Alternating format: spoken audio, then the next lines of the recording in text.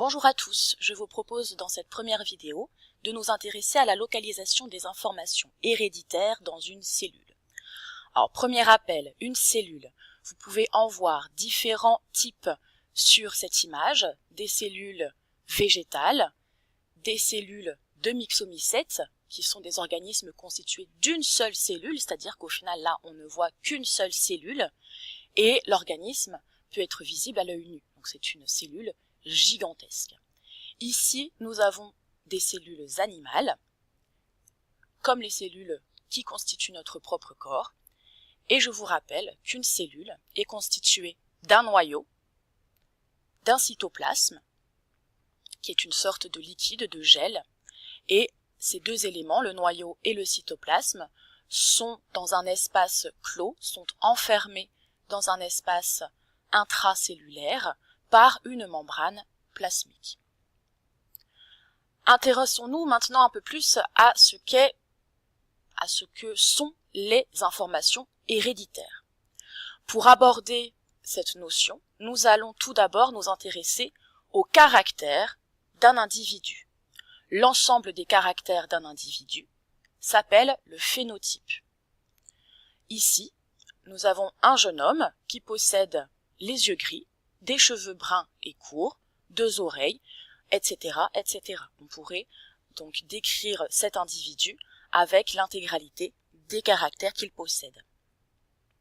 Si on s'intéresse un petit peu plus à ces caractères, on se rend compte qu'il existe des caractères propres à l'espèce, deux oreilles, deux yeux, tous les êtres humains possèdent deux yeux et deux oreilles, et dans le phénotype d'un individu, on retrouve aussi des caractères individuels, le fait par exemple d'avoir les yeux gris. Tous les êtres humains n'ont pas les yeux gris.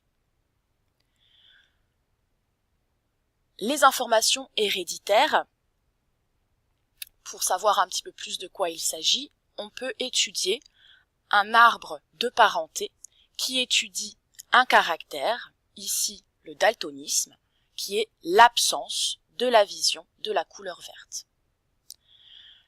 On se rend compte en étudiant cet arbre de parenté que le père de Scott est atteint, possède ce caractère, une de ses filles et Scott le possède également, et au niveau de la troisième génération, on retrouve que les fils de Cécile, la sœur de Scott, sont également atteints.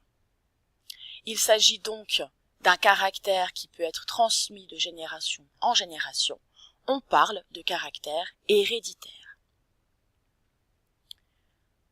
Au contraire, si on s'intéresse au caractère musculature d'un individu comme Will Smith, qui a des enfants, eh bien on s'aperçoit que ces enfants ne sont pas nés avec une musculature développée. Le caractère musculature, engendré par un effort physique, n'est donc pas héréditaire.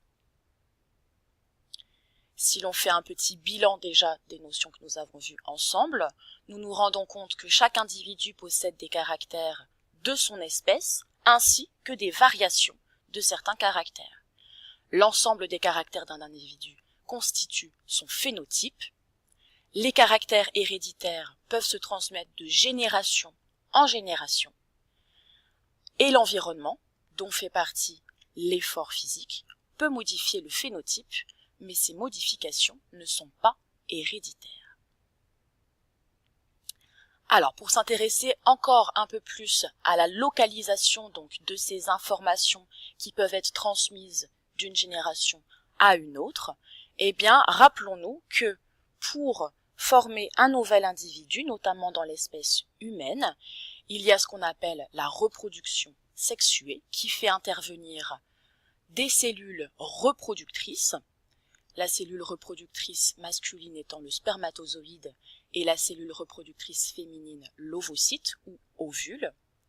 Ces deux cellules reproductrices fusionnent lors de la fécondation, ce qui engendre la formation d'une cellule œuf, qui est la première cellule de chaque être vivant constituée de plusieurs cellules. Donc, on a des cellules reproductrices d'une génération 1 qui entraînent la formation d'une cellule œuf d'un individu de la génération 2 qui donnera un être vivant constitué de plusieurs cellules.